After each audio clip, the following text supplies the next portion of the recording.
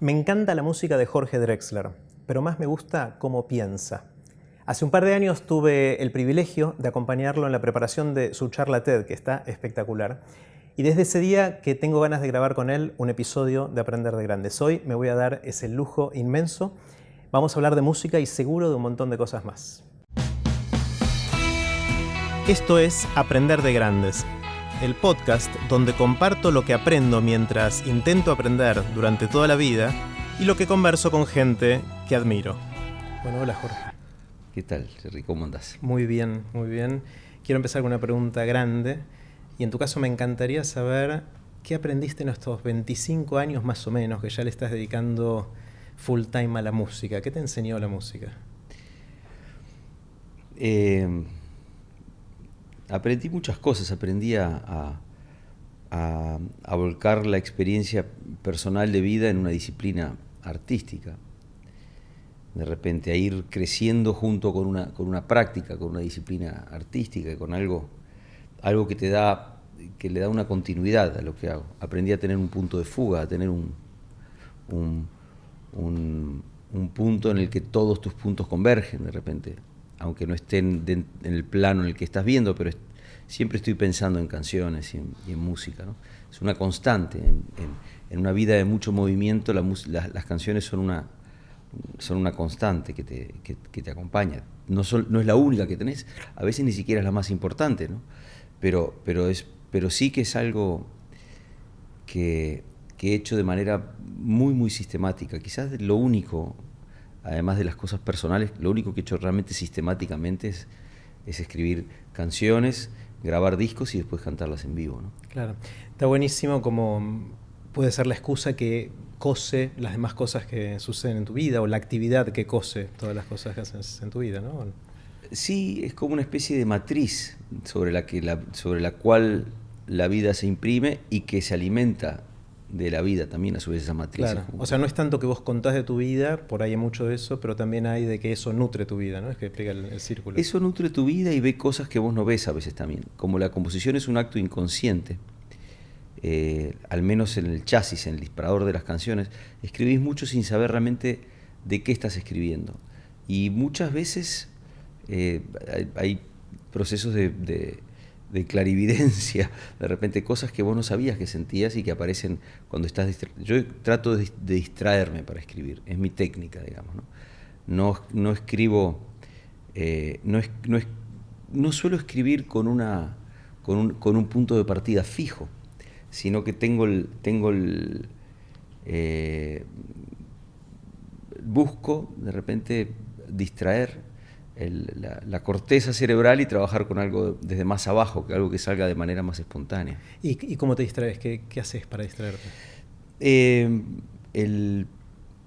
Me expongo al azar, por ejemplo, y a la hoja en blanco, que da mucho vértigo. Entonces, creo que lo más importante es como aguantar ese vértigo de una hoja en blanco, estar un rato, ¿no? Porque si te quedas un rato y te empezás como a aburrir y la cabeza se empieza a ir a otros lados, pero es un tipo de distracción activa. No estoy así paseando por la realidad con una, es decir, sin ninguna intención real. Estoy como alerta. A veces el disco anterior hubo mucha cosa escrita por asociación. Prendía la radio y la apagaba. Pero aparte literal, así es. Sobre todo te vas poniendo en una especie de periodo de tu vida en carne viva, en el cual cualquier cosa que te dicen, tenés toda la herramienta y todo el aparato compositivo dispuesto como para irse atrás muy rápido de una idea. De hecho, haces como una pretemporada y se va aceitando eso. Las primeras canciones que aparecen no son las que estás buscando y tenés que escarbar un poco más, tenés que descartar un montón de cosas. Pero una vez que el aparato está funcionando, si lo tenés funcionando mucho tiempo, digamos que yo estuve como un año en este disco, cualquier comentario de una vecina en la panadería, cosas, una palabra, una frase en la radio, en su último libro, me acuerdo que es en su último libro, en el que nos habla de los movimientos migratorios, ¡plac! Y apagué. Dije, claro, la migración es un fenómeno que puede ser descrito de muchas maneras, pero uno de ellos es un fenómeno cinético, es un desplazamiento de un lugar a otro. ¿Qué significa desplazarse para nosotros como personas, para nosotros como grupo humano, para nosotros como especie, de repente? ¿Cuándo nos hemos desplazado? ¿Para qué? ¿Qué nos ha dado desplazarnos, ¿no? Así empezó Movimiento. Así empezó una canción que se llama Movimiento, porque estaba también trabajando en la TED Talk y fue como un spin-off de esa TED Talk, pero también la TED Talk se reorganizó alrededor de esa canción. Vos viste el proceso mejor que nadie, o sea que hasta mejor que yo, me parece que lo viste, no porque tanto, lo viste con perspectiva. Claro. O sea que, a ver si entiendo bien, cuando tenés la hoja en blanco no decís quiero escribir sobre el silencio. Porque yo les quiero aclarar a los que están viendo el programa, que no son Jerry, hicimos hay una TED Talk que ustedes pueden ver en internet, que fue preparada a instancias de una guía y de un consejo y de una supervisión que hizo Jerry, así que después vamos a poner en aprenderdegrandes.com/Drexler links a tu charla y algunas cosas más para que todos puedan ver. Entonces, por eso hablamos de esa familiaridad, ¿no? Claro. De eso. Sí, entonces me interesa muchísimo. Una vez me contaste que tenés periodos de escribir y después tenés periodos de tocar, de dar conciertos, de ir de gira. ¿Funciona así? O sea, ¿eso es tu forma o en general los músicos trabajan así? No sé cómo trabajan los demás. Todo el mundo... la composición es una actividad muy íntima. La gente te habla de ella, pero no siempre te dice la verdad. Y en el sentido de que a veces una verdad que funciona en una época, que si yo nunca puedo escribir en los aviones, y de repente llega un momento en tu vida que escribís siempre en los aviones, yo siempre empiezo por la música, y luego después es un momento en que empezás a escribir a partir de la letra. Yo soy una persona muy, muy cambiante, intento al menos ponerme desafíos nuevos, ¿no? Y hacer cosas nuevas, cambiar los automatismos. Claro.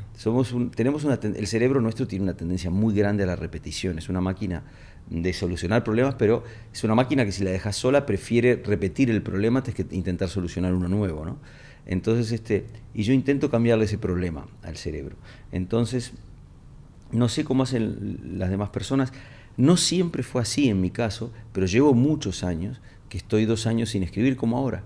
Ahora estoy virando todo tiene mucha inercia, es un proceso emocional y personal, tiene mucha inercia y estoy como girando el timón en dirección hacia la composición, pero me falta para llegar ahí. De repente me faltan 2 meses o de repente 15 minutos, pero porque nunca tenés un control real de lo que pasa, porque depende de cosas que te entran fuera. Pero llevo 2 años sin escribir prácticamente es decir, de canciones mías, en serio, ni una línea. Algún colega te manda un estribillo que no puede resolver y echas un cable, o escribís unos versos de repente para unos chats que tenés de décimas, o para alguna dedicatoria de algo, pero lo que es escribir canciones como el eje de tener nuevo repertorio no lo hago hace 2 años. Me gusta mucho esta idea de tratar de forzarte a no repetir, ¿no? Y alguna vez me contaste que pensando en Salvavidas de Hielo vino la idea de solo guitarras y que la guitarra sea inclusive la percusión del disco, de muchas de las canciones del disco. ¿Es ese tipo de cosas que haces para forzarte a ser distinto, a innovar en esas cosas? ¿O? No, es el tipo de cosas... bueno, hay una búsqueda de hacer algo diferente, pero no es el centro, es el tipo de cosas que hago para distraerme, para que los fenómenos me tomen por sorpresa. Porque si me gusta reaccionar a las cosas, ¿no? Es decir, eso implica que las cosas te impacten primero y vos trabajás en función de lo que llegó. Como en cualquier proceso neurológico, si el estímulo llega siempre desde el mismo lado y del mismo tipo, deja de ser información positiva, pasa a ser redundancia, pasa a ser ruido de fondo. Más, claro. Y dejas de sentirlo. Entonces, como que simplemente con girar el eje del prisma, la luz es la misma luz y el mismo prisma, pero el resultado es diferente. Entonces, eso es lo que hago. Ahora, por ejemplo, lo último que estoy haciendo es estoy estudiando piano, pero además de manera muy... ¿Que tradicionalmente no tocabas o poquito? Yo estudié piano desde los 5 a los 10 años cuando era muy chico. No llegué realmente tocaba piezas de música clásica, pero no llegué a hacer el puente con la música popular por incapacidad de hacerlo solo en principio, pero también por por aislamiento, no tenía nadie que me explicara cómo era tocar el piano y cantar, por ejemplo. Tenía una profesora de piano clásico que me mostraba una partitura de Schubert y yo tocaba, pero nadie me había dicho cómo se arman los acordes y vivía en el Uruguay donde no había tutoriales de YouTube, ni evidentemente no había, y en Uruguay sin músicos, en la dictadura se había ido mucha gente, y yo simplemente con la guitarra tuve un vínculo con otras personas que me explicaron, esto se toca así, y esto se toca así, y además de estudiar clásico, lo encaminé. Pero ahora, después de 45 años, retomé el piano, ya con un bagaje de cosas que vas aprendiendo, que es lo que me preguntabas que te deja la música, ¿no?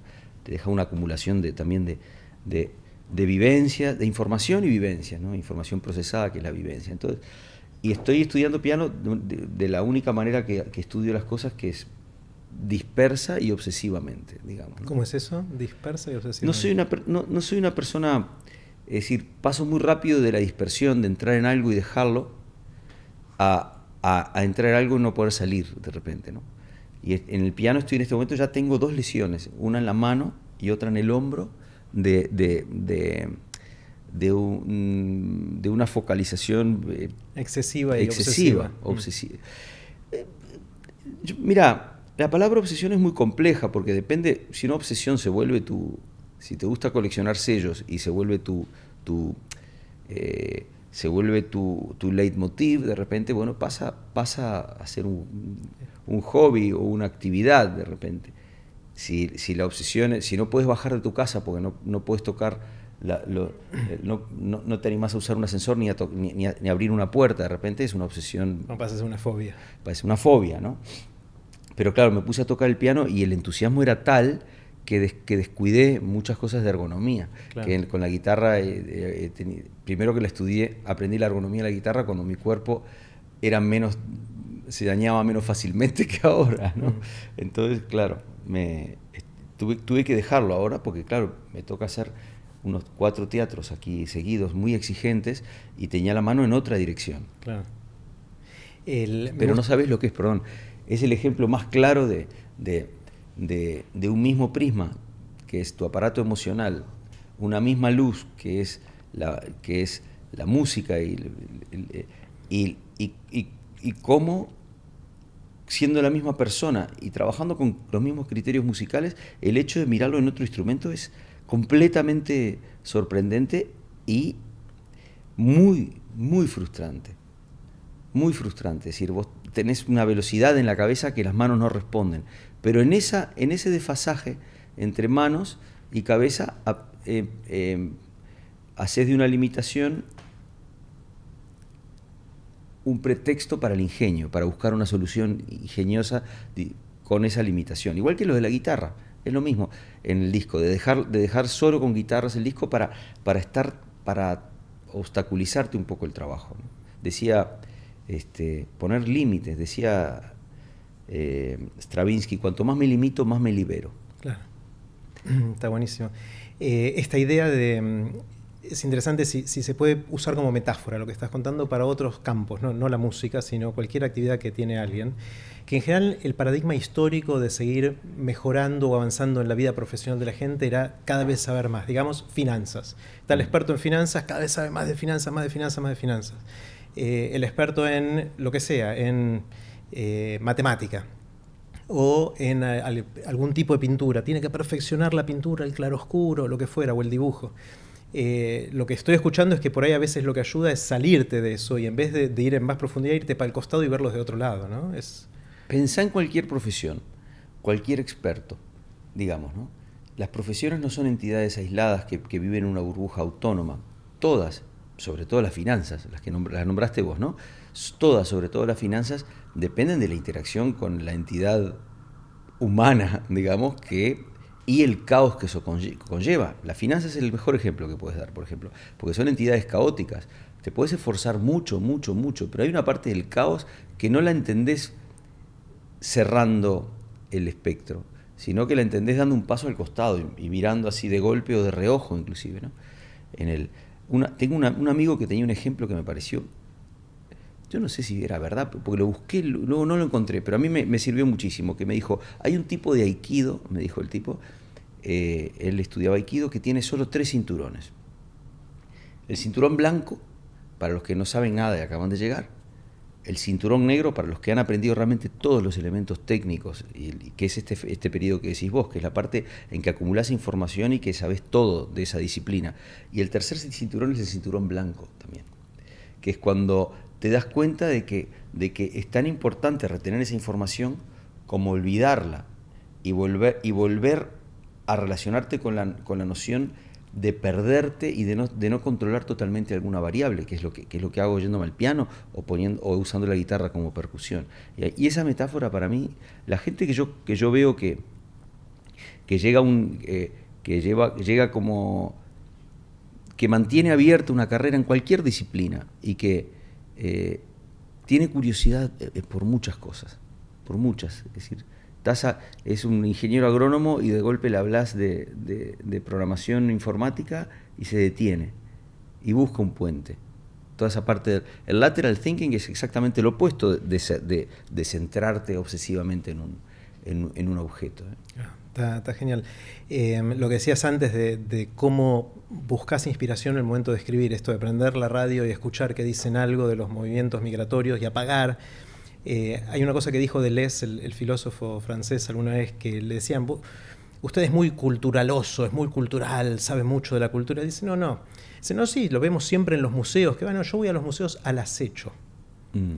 Él estaba en los museos buscando algo que pudiera nutrir su pensamiento. No va ahí porque sabe de cultura, no le interesaba eso. Estaba a la búsqueda de la inspiración para un nuevo pensamiento, ¿no? Que es un poco parecido a lo que decís. Claro, y ahí hay un acto muy importante, que es el que no conozco la anécdota de Deleuze, pero en el anterior que dijiste, yo no me había dado cuenta de otra cosa también. Una vez que abrís la información, el hecho de ir al acecho de repente, ¿no? Es decir, cuando cazás algo, es apagar la radio, es cerrar el resto de la información, que es una manera también de poner límites, como decir, ya está. Y trabajar con muy poco material, de repente, ¿no? Y centrarte, en vez de también yendo un poco en contra del paradigma actual que tenemos, ¿no? de percepción de la realidad. Es decir, estamos acostumbrados a surfar la realidad, a saber muy poco de muchísimas cosas, muchísimas más de las que pensábamos que podíamos saber. Es decir, en realidad, lo que hacíamos antes era saber mucho de pocas cosas, era bucear en la realidad, no surfear, digamos, ¿no? No andar por la superficie. Entonces, esas cosas de repente, ¿no? También en vez de meter otra experiencia para adentro, dar vuelta y mirar la misma experiencia desde otro ángulo. De repente, ¿no? Cuando preparaste tu charla TED, ¿te sirvió? ¿Fue algo parecido a aprender a tocar otro instrumento o a buscar otro nivel de discurso? O sea, era algo distinto a lo que habías hecho tradicionalmente, ¿no? ¿Cómo retroalimentó todos estos loops? Fue exactamente eso. Fue aprender una nueva manera de interactuar escénicamente con un público, porque no se entiende sin un público eso, y de interactuar emocionalmente con cosas que no dan como resultado una canción y con el conocimiento que no da como resultado también arreglos o un disco, sino es otra dinámica. Lo primero que me di cuenta, ¿te acordás? Es que la tuve que memorizar, porque en un principio me gusta mucho la improvisación, por lo que te digo, una ausencia de rigor, digamos, ¿no? Una dispersión que tengo. Muchas veces no pongo por escrito las cosas, ¿no? Porque no tengo disciplina, no porque sea mejor, es mejor poner por escrito las cosas. Entonces, llegó un momento que dije, no puedo tirar de esto, porque entonces tiene que durar 12 minutos o 16, entre 12 y 14, y de repente estoy en 21 y no me di cuenta cómo. Nunca menos, siempre más, digamos, ¿no? Entonces, el acto de memorizar 15 minutos de texto no importa que vos cantes, que pueda cantar de repente 3, 4 horas de canciones que sé de memoria de diferentes repertorios que he ido acumulando. Aprender texto de golpe es muy complicado. ¿Y cómo lo hiciste? ¿Desarrollaste alguna técnica para hacerlo? Porque es algo que mucha gente quiere hacer y cuesta, ¿no? Tenía la experiencia previa de haber hecho una película como actor, que me ayudó mucho, porque ahí tenés que agarrar y aprender párrafos de memoria, y lo que me di cuenta rápidamente es que si lo sabes más o menos bien, es una pesadilla, claro, que tenés que saberlo muy bien, pero muy bien, como bien en el nivel que te sabés la letra de una canción, en que estás diciendo una palabra y tenés la otra ya entrando aquí. Estás en realidad pensando, que ir a buscarla. Estás pensando una frase más adelante. No tenés que ir a buscar nada, que es una manera de relacionarte naturalmente con la realidad. Yo no estoy hablando aquí y todo el tiempo como entrando y saliendo. Bueno, sí que lo estoy haciendo. Ahora sí. Sí que lo estoy haciendo. Pero en un escenario, estaba diciendo algo y me di cuenta que estaba haciendo lo contrario. Pero tenés que tener una fluidez como para descargar el texto y quitarte de encima si yo estoy hablando contigo y pensando en otra cosa, vos te das cuenta. Claro, Están los ojos en otro lado. Totalmente. Y dejas de reaccionar, vas mecánicamente a las cosas, ¿no? Sí. ¿Qué impacto tuvo la charla TED? ¿Qué impacto tuvo en la gente, en vos? Para mí fue buenísimo, pero buenísimo. Yo creo que de alguna manera me acompañó en unos reajustes que va haciendo uno de su carrera y de cómo los demás lo ven a uno y de cómo uno se ve a sí mismo, digamos, ¿no? Le hizo creer a la gente que era más inteligente de lo que era en realidad, que es una cosa siempre buena para alguien que se sube a un escenario, digamos, ¿no? Y no sé cuánto durará la ilusión, pero por ahora yo disfruto de eso y estoy contento, ¿no?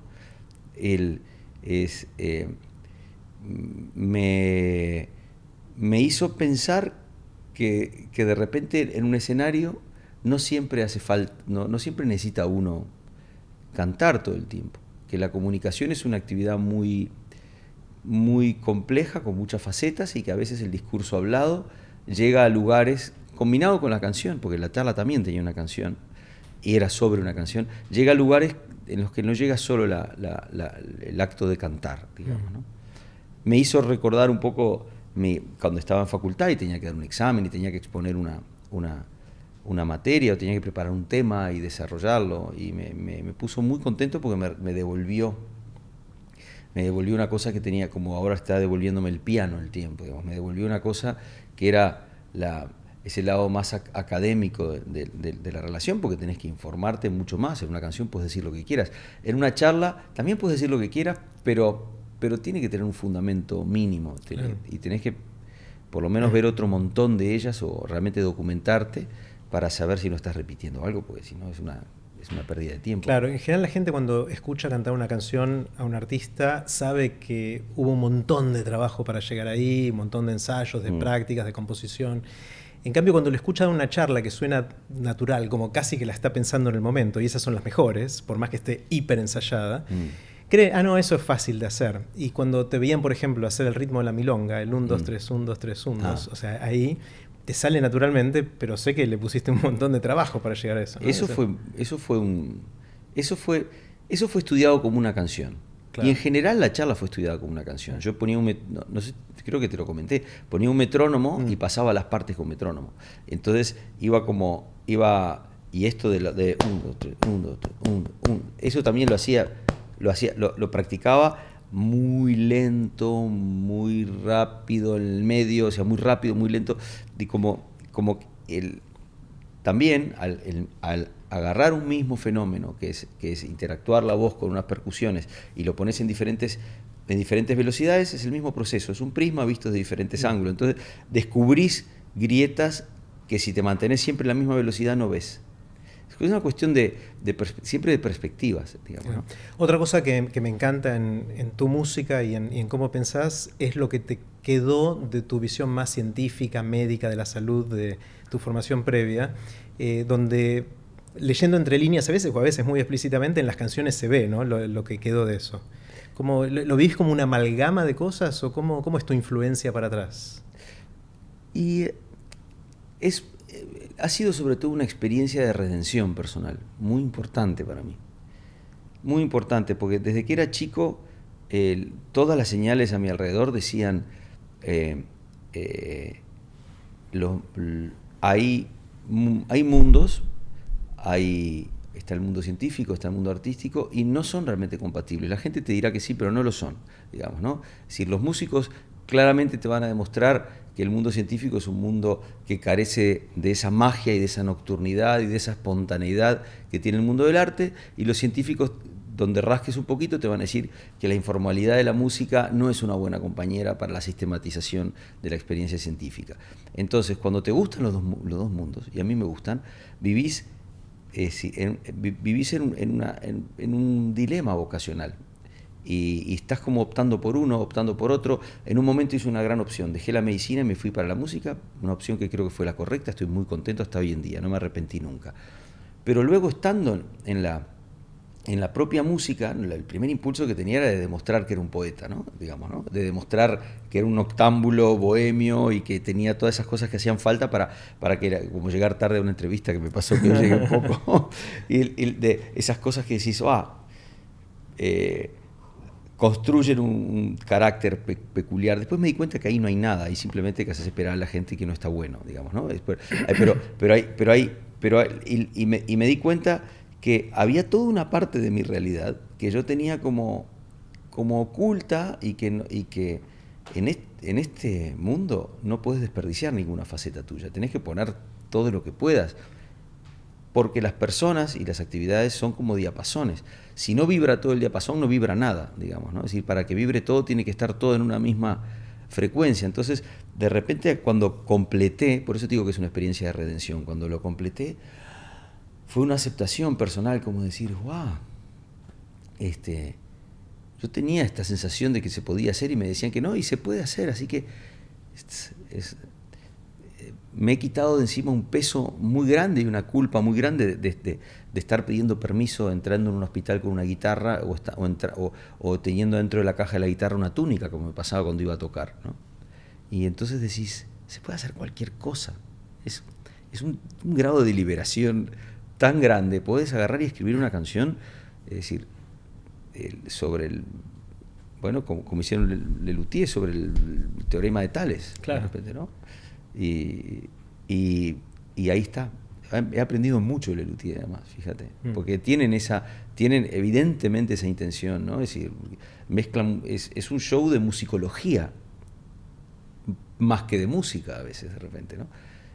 El personaje de Mastro Piero está siendo relatado por un musicólogo, ¿no? Digamos, claro, ¿no? Hay muchas cosas mucho más de lo que uno piensa, no es el que me dejó Lelutier, de repente, claro, ¿no? Yo siento que, volviendo a este tema de dos silos distintos de la historia de cómo organizamos el conocimiento de la humanidad, la medicina y la música, que estabas en uno con un pie en cada uno, no sabías para cuál ir, y cuando te fuiste al otro tenías que esconder porque casi querías validarte como que eras parte de este. La sensación que me da es que las cosas más interesantes que están sucediendo suceden en las grietas entre esas cosas, en las fronteras, en donde uno puede tender un puente entre uno y el otro y crear algo que otros no pueden crear. No sé si lo mirás así o no. Cohen tiene una frase que te cita. ¿No sabía? Sí. Como dice, there's a crack in everything, claro, that's how the light comes in, claro, the light gets in.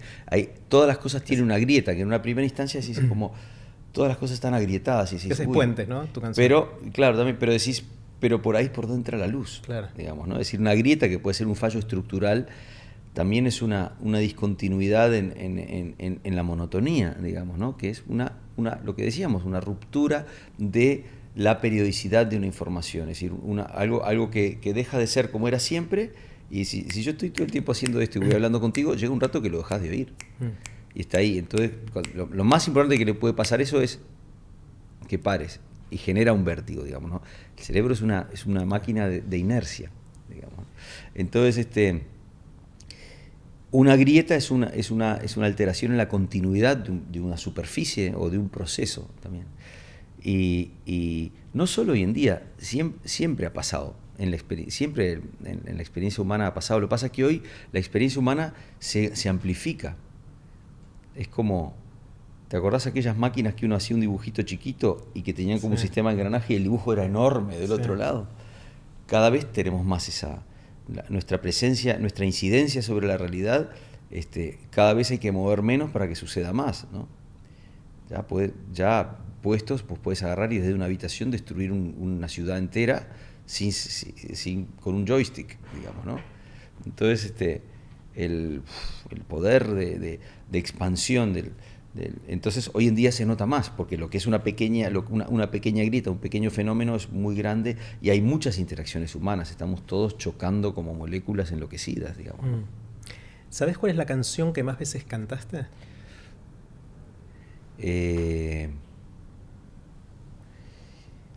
No lo sé. Seguramente una mía, digamos, pero por defecto, no es que sean las que más me gustan cantar, pero como trabajo de eso también y toco muchas veces, no lo sé. Alguna que se haya quedado mucho conmigo. Hay una que es guitarra y voz, que la vengo tocando desde que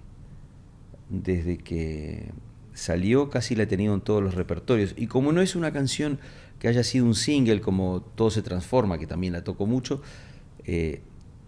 no he necesitado sacarla de un repertorio como para generar ese vacío de repente, ¿no? De que la gente sienta que hay otras cosas en ese lugar, ¿no? Esa puede ser una de las que toqué más. ¿Y de otros, cuáles te gustan tocar? De otros, ahí sí que tengo una idea. Fíjate, ¿no? Hay canciones que tocaba antes de escribir canciones y que toqué ayer, por ejemplo. Una es When I'm 64 de los Beatles, que esa la empecé a tocar en el año 89, hice en el 88, 89, y la sigo tocando hoy. No hay ninguna canción que toque hoy en día que sea previa al 89, por ejemplo, que toque sistemáticamente, menos esa y alguna otra de los Beatles. Pero esa la toco exactamente con el mismo arreglo. Esa es una de las que toco más. ¿Y qué te llama la atención de esa canción que tanto te pegó? El que encontré algo en la guitarra de lo que estaba orgulloso, de una canción que es que en principio no tiene es un resumen en la guitarra del arreglo que hace toda la banda. Y porque McCartney, todo lo que sea musicalidad que es una canción de Paul McCartney, aunque es de los Beatles, no es de los dos, no es de Lennon. McCartney deja un sello muy grande, entonces muchas líneas melódicas de bajo que reproducís y que quedas muy bien, digamos, tocándolas en la guitarra, claro, ¿no?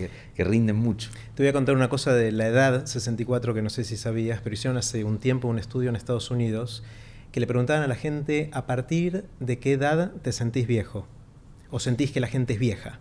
Y cada uno decía una edad. Y después le preguntaban qué edad tenés ahora. Entonces, la pregunta es cómo eso se va corriendo a lo largo del tiempo, Sí, ¿no? Cuando sí. uno va creciendo. Y después hicieron una regresión para ver cómo era esa curva. Y resulta que hasta los 64 años, el promedio de la gente, obviamente hay de todo, pero el promedio siente que la edad, uno es viejo a partir de una edad más grande que la que uno tiene. Después de los 64 años, dice viejo. para atrás, ya soy viejo. Estamos Y claros. justo se cortan ahí, se cortan en 64 y de alguna manera Paul McCartney lo vio venir, ¿no? Lo vio venir o lo generó.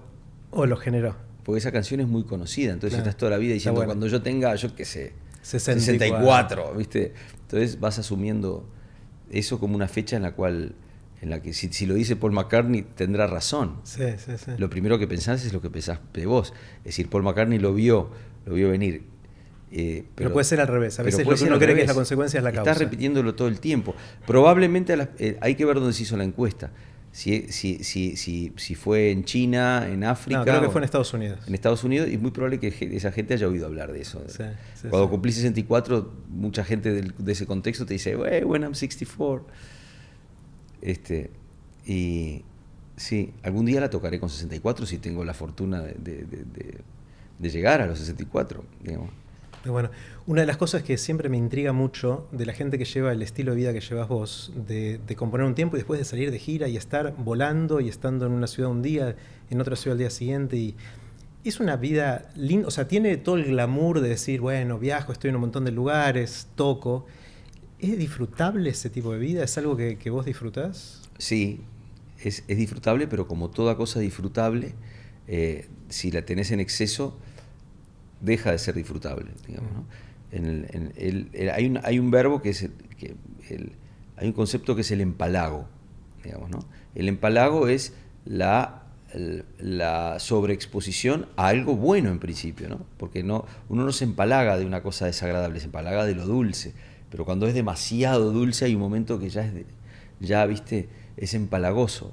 Pero lo empalagoso parte de una experiencia linda, satisfactoria, ¿no? Como comer un dulce.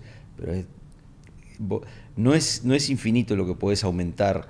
Es decir, es igual que la felicidad. Es decir, el dueño de Amazon no es, aunque tiene 6.000 millones de veces más plata que vos o que yo, no es 6.000 millones de veces más feliz que vos y yo.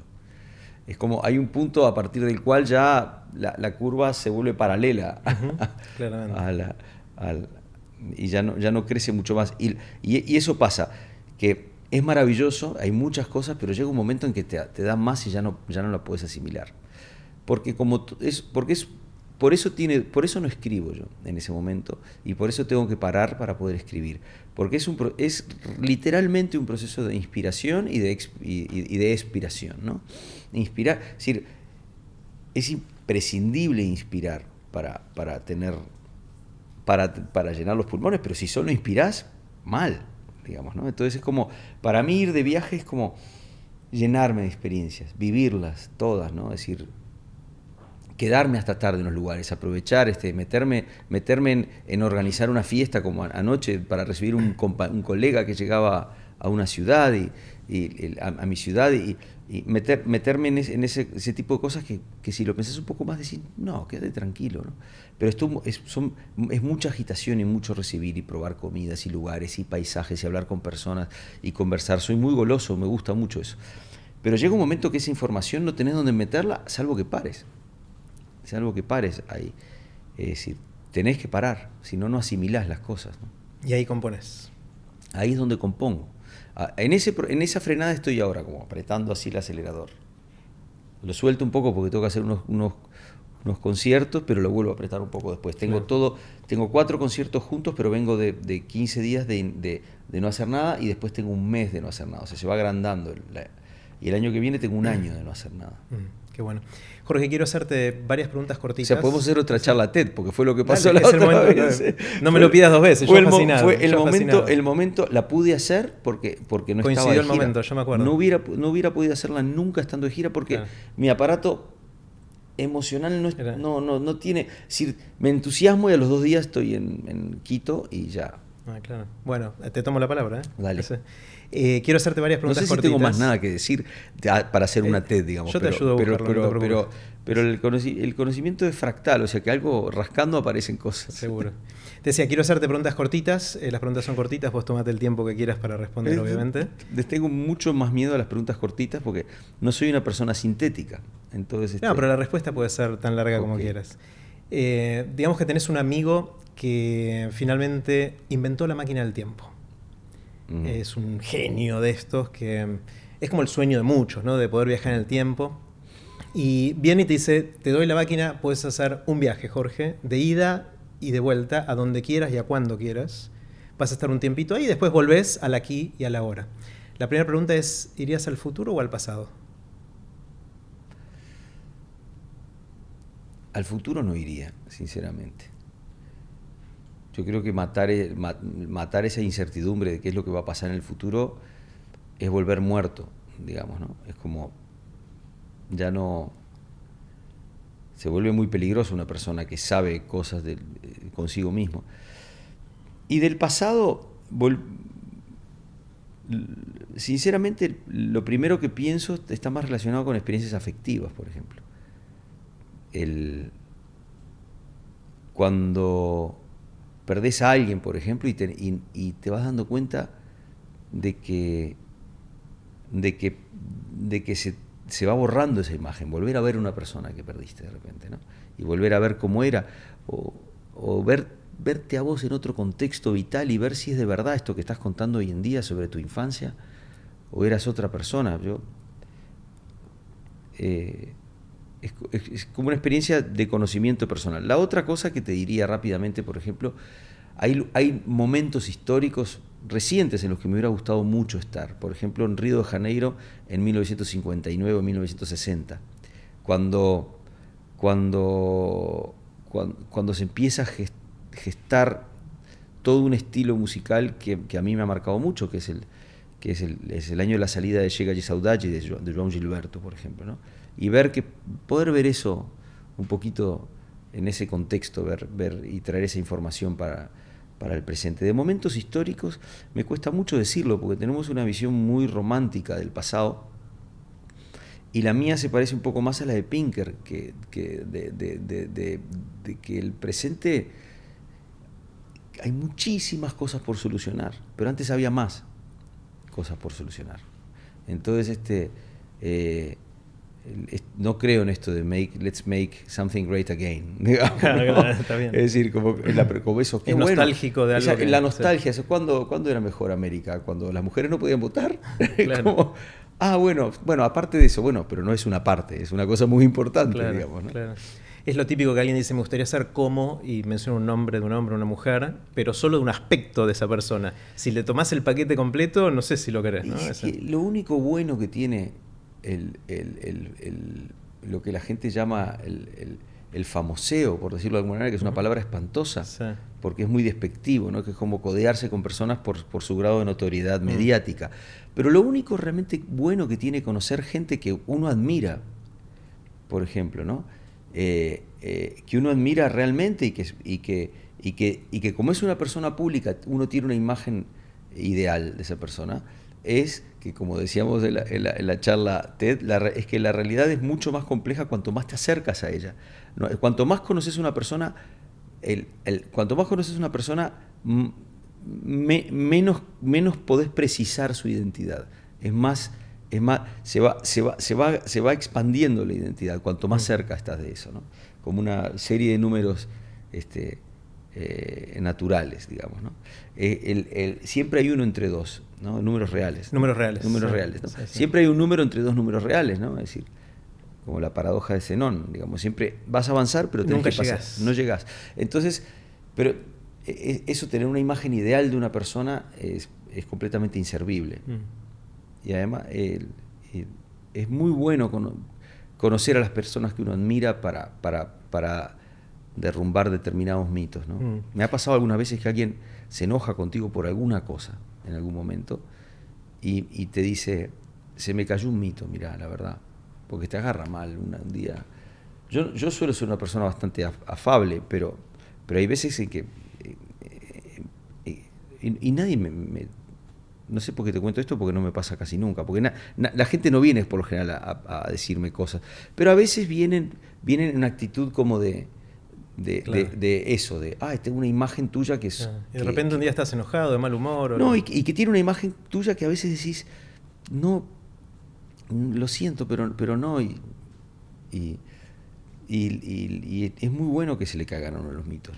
Está buenísimo. ¿Hay algo que sepas hoy que te hubiese gustado saber cuando empezabas, digamos, con la música hace 25 años? ¿O te decidías a dedicarte a la música de lleno hace 25 años? O de otra manera, ¿qué le dirías al Jorge de hace 25 años? Mira, es bueno que sepas esto. Yo no hubiera dejado de estudiar el piano. Ahora me doy cuenta que fue un error dejar de estudiar el piano. Me hubiera dicho que buscara un poco más, que saliera fuera de mi círculo familiar, que buscara hasta encontrar a alguien que me pudiera transmitir el mínimo de lo que era. Estaba muy, muy, muy solo en la música cuando era chico. Entonces, como no podía involucrar el piano ni en las reuniones de los amigos, ni en el juego con los amigos, era visto como un bicho raro. Entonces, pero me gustaba, pero me pasé a la guitarra. Y la guitarra sí la pude incluir, se volvió una herramienta, un dínamo social. El piano me aislaba. Hubiera dicho, busca un poco más, vas a encontrar algo por ahí. No tengas tanto deseo de encajar socialmente, que es uno de los vicios que tengo personales, ¿no? ¿Qué rol sentís, hablando del piano, la guitarra, que juega el maestro? O sea, ¿cuánto uno puede ser autodidacta versus tener a alguien que le muestre el camino? El rol del maestro más importante es que es el único que en definitiva puede hacerte entender que no tiene nada para enseñarte, digamos, ¿no? Pero es un camino muy largo hasta que te das cuenta de que eso que has estado haciendo lo has estado haciendo solo, pensando que lo hacías con él. Pero alguien tiene que quitarte la fantasía de que el aprendizaje se ejerce por un agente externo.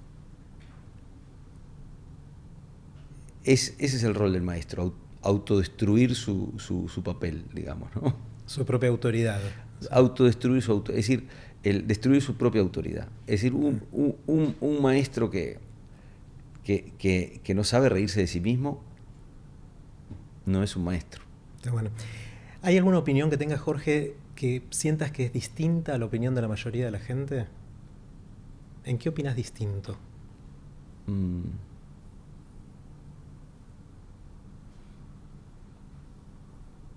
No estoy pensando, no me doy mucho cuenta.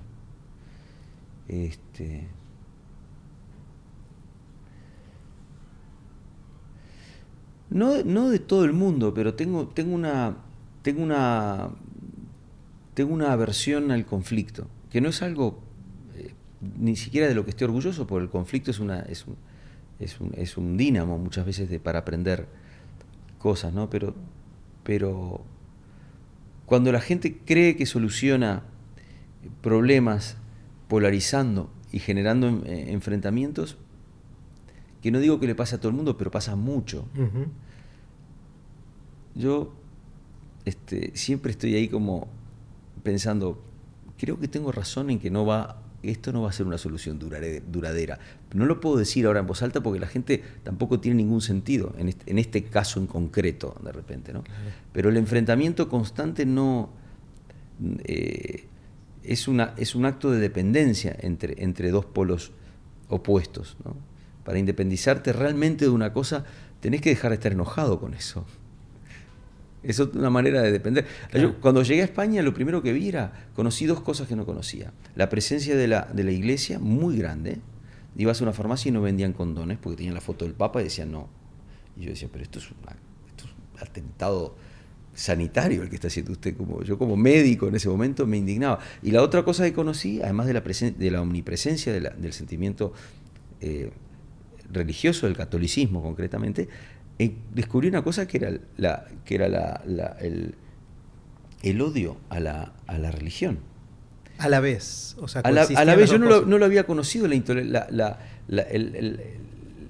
blasfemia, por ejemplo, ¿no? Todos los insultos involucraban a Dios de alguna manera y, claro. y había un sector de la sociedad que odiaba a la iglesia, ¿no? El anticlericalismo, yo no lo conocía antes de llegar a España.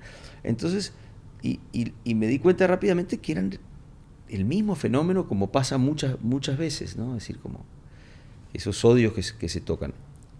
Eso se ha reproducido muchas veces y muchas veces veo a la gente estar contenta con ese odio de repente y pensar que lleva a algún lado y yo pienso que no. Claro. ¿Hay en algo que hayas cambiado de opinión? Que pensabas para un lado y ahora te diste cuenta, no, en realidad va para este otro lado.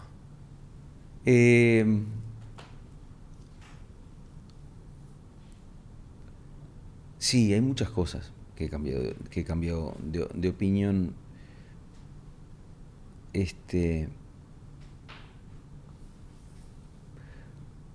Una de ellas es esta. Yo antes tenía un poco más de confianza en el conflicto, digamos, ¿no? Es decir, ahora pienso diferente en eso de muchas otras cosas, pero había otra época en que asimilaba más fácilmente, me creía lo de la lucha de clases, por ejemplo, ¿no? Cuando estudiaba en facultad. No del todo, siempre fui muy escéptico en general. Me crié en un entorno, por el hecho de tener dos versiones, la de mi padre y madre, que eran dos personas completamente diferentes cuando yo era chico. Mi madre comunista, criolla, nacida en Uruguay, criada en el campo, o sea, con una relación con la tierra y con el folclore muy fuerte. Mi padre, un judío alemán, completamente como un clavel del aire, que no tenía un arraigo realmente por un terruño, sino que se había estado moviendo entre Berlín, Bolivia, Montevideo, fuimos a Israel a vivir un tiempo. Entre esas dos visiones, y la más socialdemócrata, mi padre, entre esas dos visiones de todos los problemas antagónicos,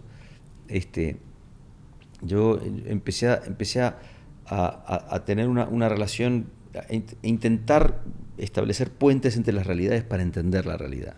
O quizás de ahí me viene lo de los dos primas y de la estereofonía o la estereoscopía, de ver las cosas, de no poder ver las cosas con un solo ojo, ¿no? Claro, está buenísimo. ¿Qué es lo que te asombra? ¿Qué te sorprende? ¿Qué son esas cosas que ves y decís, wow? Me acordaba una cosa antes de la estereoscopía, que estaba escribiendo una canción, pero que Sí, ahora después volvemos a hablar. que con la presbicia, con no poder ver las cosas de cerca, de alguna manera he también dejado de poder ver los problemas y las emociones de cerca. Es decir, es como que el paso del tiempo te da distancia de todo. Es presbicia emocional, de Sí, alguna manera. tengo una no sé cómo se llamará, pero me cuesta mucho involucrarme con causas de manera muy cercana, ¿no? Tengo como una distancia. No sé. ¿Y cuáles son las cosas que me sorprenden? Me preguntaste, sí.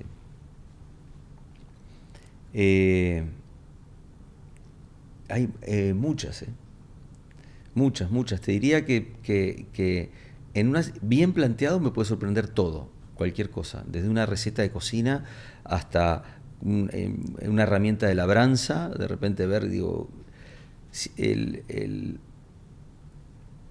las cosas no son lo que te sorprenden, es la narrativa que la realidad o que otra persona te hace de las cosas, digamos, ¿no? Y en ese contexto no importa tanto el qué, sino el cómo para sorprenderte, ¿no?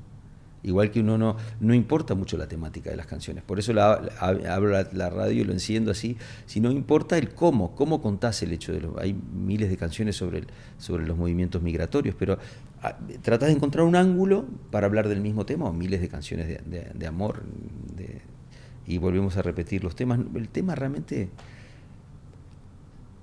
el tema me parece mucho menos interesante que el cómo se cuenta, que el trayecto, digamos. Estamos en un mundo muy convulsionado, lleno de grietas y con un montón de cosas que están haciendo pensar que el futuro va a ser muy distinto al presente. ¿Qué es lo que te interesa de lo que está pasando hoy? ¿Qué son esas cosas que decís, de esto quiero saber más, me interesa, quiero seguirlo? Yo creo que como especie vamos avanzando en un montón de direcciones muy positivas. Es decir, vuelvo a repetir, no quiere decir que no haya muchísimas cosas para hacer, pero basta ver a nuestra bisabuela, nuestra abuela, nuestra madre, nuestra mujer, nuestra compañera, de repente, y nuestra hija, para darnos cuenta de que hay algo maravilloso que ha pasado en los últimos años, que es la pérdida del miedo del hombre hacia la mujer y de la mujer hacia el hombre y hacia ocupar lugares que se han visto enormemente beneficiados por una óptica diferente a la oficial que hacíamos los hombres durante mucho tiempo. O sea, el mundo ha mejorado en muchas cosas, en muchas. Y eso creo que sigue un proceso. Hay que estar atento y hay que estar vigilante y ayudar a que esas cosas lleguen hasta el punto que tienen que llegar. En todos los ámbitos de la ampliación de los derechos civiles y de las conquistas sociales y de las mejoras en la redistribución de la riqueza, todas esas cosas, ahí vamos, la alfabetización. Sí, la distribución de la riqueza esa es más cuestionable, o sea, hoy la inequidad, si tomas la gente que más tiene y la que menos tiene, obviamente la que menos tiene mucho más que los que menos tenían hace un tiempo, están mejor que antes, pero la distancia entre los que más y menos ha aumentado. Ha aumentado. Ha aumentado mucho. No es lo que más me importa. Okay. Me importa mucho más que la gente tenga realmente las necesidades básicas cubiertas. Realmente, ¿qué está pasando? Es decir, porque lo que te decía antes, Jeff Bezos no es 20 millones de veces más feliz que yo, por tener 20 mil millones de veces más dinero que yo. ¿No? Es decir, yo soy una persona, yo no necesito más plata de la que tengo. O sea, estoy bien, digo, necesito trabajar porque quiero mantener a mi familia y mantener este nivel de vida, pero realmente no tengo muchas más cosas que comprar, digamos, ¿no? Que no sean de necesidad de personal. Pero no sé de qué te estaba hablando. No, de qué son las cosas del mundo hoy que más te interesa. ¿Cómo las cosas... No, perdón, sí, ya sé. Eso va como encaminado en muchas direcciones. La especie ha hecho demográficamente bien su trabajo. Tan bien que lo que le queda realmente por solucionar y por resolver es que ante un éxito demográfico como el que ha tenido la especie, ¿el planeta nos aguanta? No, parece que no. Y eso, doy todo este rodeo para decirte que realmente lo que ocupa mi horizonte de manera acuciante es la relación la relación que tenemos con la biosfera. Y ver si somos capaces, como dice Rifkin, de ampliar el círculo empático hasta hemos ido ampliando el círculo empático, hemos incluido a los diferentes a nosotros, a los que hablan otro idioma, a los que piensan diferentes, los que tienen otra opción sexual, los que tienen un género diferente del nuestro, los que son les gusta otras cosas que no, hasta que salimos hasta otras especies, ¿no? Vos no podés hoy en día matar un perro en la calle porque vas preso, y eso es maravilloso, y podías hace 20 años y no pasaba nada, era horrible el espectáculo, pero nadie te iba a meter preso. Hoy en día, por suerte, sí. Entonces a ver si ese círculo empático se llega a realmente ampliar a la biosfera antes que la destruyamos. Y entonces y claro, como hay en la relación con la empatía hay gente muy diferentes estadios de ese proceso. Hay gente realmente mucha gente, que ni siquiera puede pensar en la ecología porque está en un proceso muy primario en el cual que piensa que pertenece a un pueblo que fue elegido por una entidad superior. Ahí con eso no puedes dialogar. Porque ¿qué vas a hacer? Si vos ya pensás que tu especie es elegida sobre las demás, ¿qué le vas a decir a alguien que no mate un perro en la calle si el perro es tu propiedad, digamos, ¿no? Y quien dice perro dice, bueno, la gente hacía con sus hijos lo que quería, digamos, ¿no? Es decir, en eso, si conseguimos ampliar eso y sentir que el planeta tiene que ser tratado de la manera que nos tratamos a nosotros mismos, digamos, ¿no? Que le gustaría que lo trataran a uno, a ver si conseguimos hacerlo a tiempo.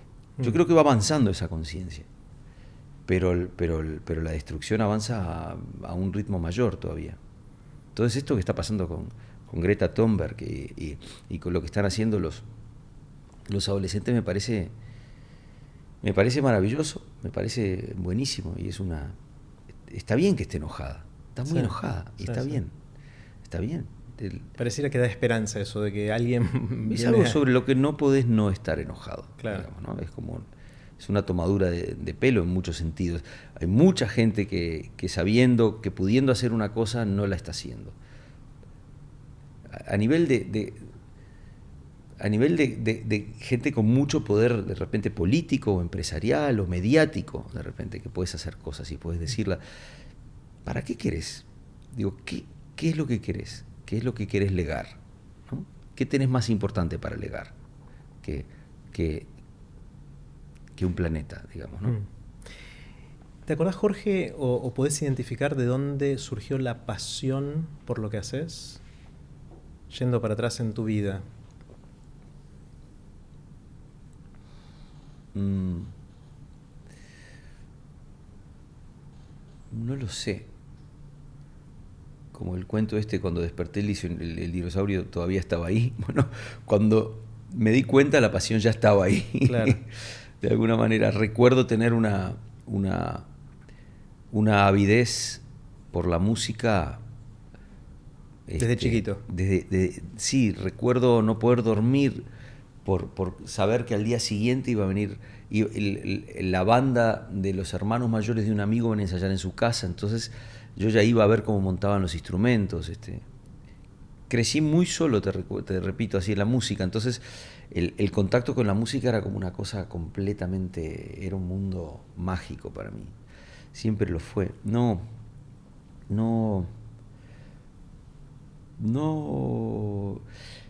recuerdo que me gustaba escribir también, ¿no? Que eran como dos pasiones que estaban separadas, la música y la escritura, y que después junté cuando tenía unos 25 años, las junté y las mantuve juntas desde ahí, ¿no? Pero no recuerdo en qué momento nació. Igual con un poco de hipnosis puedo llegar ahí. Quizás vuelve. Con paciencia, Sí. pero ahora no me acuerdo. Te lo pregunto porque me interesa mucho entender qué podemos hacer para ayudar a la gente a encontrar algo que lo apasione, ¿no? En general, por lo menos la gente que yo conozco, si tiene algo que lo apasiona, es gente que fluye, que suele tener más bienestar subjetivo, felicidad o como quiera llamarlo, que irradia mejor onda al entorno. Y por cómo hoy están los recursos disponibles online, por ejemplo, una vez que tenés pasión por algo, lo vas a aprender. Y en cambio, si no tenés pasión, por más que te pongan toda la pedagogía que haga falta, no lo vas a aprender. Pensando, por ejemplo, en tus hijos o en gente más joven, ¿qué herramientas tenemos para ayudarlos y ayudarnos a encontrar cosas que nos apasionen? ¿Se te ocurre alguna? Se me ocurre cuáles no son, para empezar. Igual que el empalago, poner demasiadas cosas al alcance de una persona bloquea a una persona. Te abruma. Tiene que tener límites una persona. Es decir, no llego al extremo de un amigo escritor mío conocido que le prohíbe leer a sus hijos. ¿Le prohíbe leer? Les prohíbe leer hasta que los encuentra leyendo a escondidas, como tiene que pasar. Sí. Entonces les dice, era una broma, pero ahora ya estás enganchado. Es la típica de esconder el libro, claro, que querés que lea. Les prohíbe leer, pero deja como una linterna en el cuarto al olvido y un libro. Entonces hasta que una noche abre la habitación y los ve leyendo abajo de las sábanas. Que a él le pasaba, parece que de verdad, que no se podía leer de noche en la cama, entonces que se volvió un lector a escondidas, compulsivo, así ávido a escondidas, ¿no?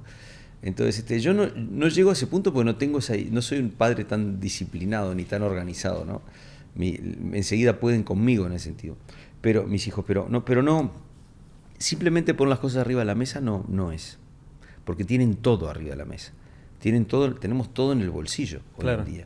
Y no está. Ahí tiene que haber un tipo de límites, pero no me doy muy bien cuenta cuáles. No creo en la educación que le deja encima a los niños el peso de la libertad de elección de qué es lo que quieren hacer. Creo que esa es una libertad que se conquista muy de a poco y que es como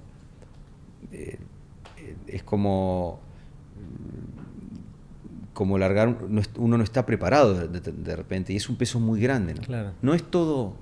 La libertad es uno de los conceptos, es una de las, quizás lo más importante para mí, pero es uno de los conceptos más complejos también que hay, ¿no? La libertad de poder decir lo que uno quiere, de poder expresar sus sentimientos, de poder desarrollar lo que uno quiere desarrollar, de libertad de desplazamiento, de movimiento, de no tener miedo de salir a la calle. Es decir, pero yo creo que algún tipo de límite tienen que tener de repente, ¿no? Yo ahora, por ejemplo, intento poner límites a las pantallas con mis hijos, ¿no? Y más o menos lo vamos consiguiendo. ¿Qué es cantidad de horas por día o cantidad? Sí, va variando, pero es una cantidad fija, media hora, 3 veces por semana de pantallas y además que la pantalla no sea un lugar aislado del resto no sea una burbuja aislada de la sociedad, ¿no? Es decir, ¿te gusta Roblox, por ejemplo, ¿no? Que es un juego que juega mi hijo de 10 años? Vamos a ver quién lo inventó. Entonces vamos a la Wikipedia, a ver. Y mira, aquí hay un montón de datos, que son datos que jugando simplemente sin mirar, vos no podés acceder. Entonces te digo, tenés que saber que esa actividad, igual que todas las que vas a desarrollar, el Roblox, tiene otro lado de bibliografía y de información que te la va a enriquecer. Entonces ya por lo pronto tenés lo sacás de lo peor que tiene la pantalla, que es cuando hacen clac y es el bloqueo, que queda uno bloqueado y que no la puedes sacar la pantalla y solo se saca con una dosis horrible de mal humor, ¿viste? Y de reacciones como. Entonces eso es un límite, por ejemplo, ¿no? Y que es muy importante, ¿no? Pero no sé, en la vocación es que mis hijos todos tienen un acceso tan grande a instrumentos musicales. Yo tenía muchísimo menos y eso se volvió. ¿Les gusta la música a ellos? Les gusta en diferentes. Sí, uno de ellos se dedica a la música, el mayor estudia música y se dedica a la música. Lo que pasa es que los tres ven a la música como una cosa... A todos les gusta muchísimo la música y tiene un rol importantísimo en su vida. Pero no todos quieren estudiar, por ejemplo, ¿no? Claro. Y estudiar es muy importante en un momento. Implica postergar una satisfacción inmediata. Vivimos en el mundo del todo ya. Todo ya. Te lo repiten en todos los anuncios. Todo ya. O sea, y no existe el todo ya. Es decir, ni podés tenerlo todo, ni necesariamente lo que tengas ya es lo que más... hay un proceso. Está el cinturón blanco, el cinturón negro y el cinturón blanco. Eso me encantó. Jorge, ¿querés cantar alguna canción, tocar? La verdad es que no lo sé. Estoy muy contento hablando. Sí. No sé bien. ¿Sabes qué? O sea, me encantaría escuchar When I'm 64. Bueno, me diste ganas. Como la citamos. No, está bien, eso tiene un sentido. Sí. Ahí agarremos la guitarra.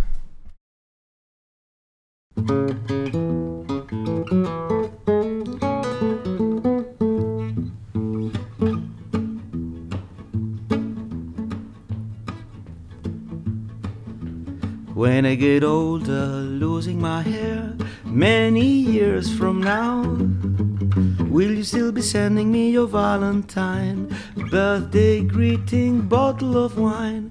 If I'd been out till 2:45, would you lock the door? Will you still need me? Will you still feed me when I'm 64?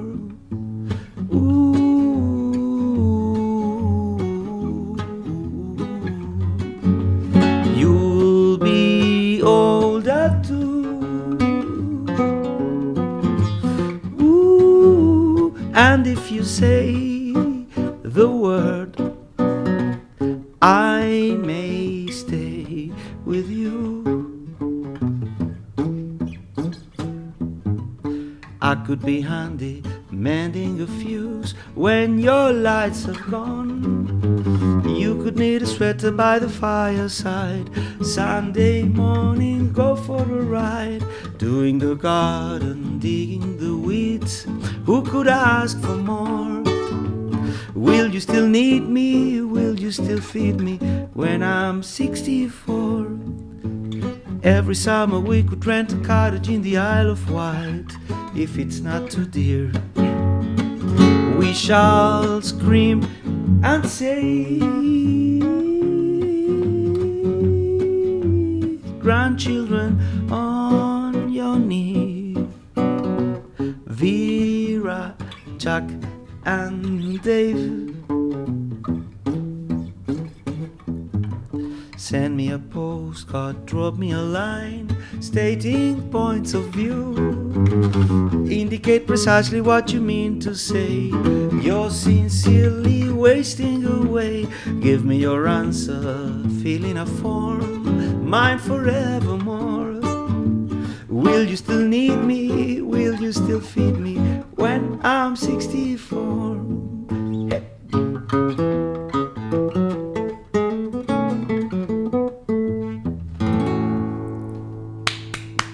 Espectacular. No nos queda tanto ya. Bueno, Jorge, gracias. Gracias por todo, por el tiempo. Y te tomo la palabra entonces, vamos a preparar otra charla. Vamos, a ver qué encontramos.